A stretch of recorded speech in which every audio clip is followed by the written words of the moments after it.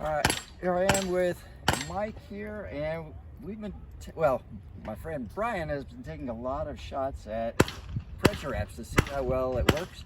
We're at the World Revolver Competition, WRC, and just going to see how well it works with a lot of holes in it. Alright, so I pulled. It doesn't seem like it wants to break.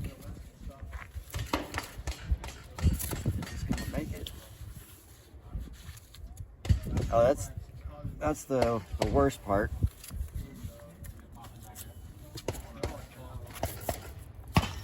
And still cutting the circulation off.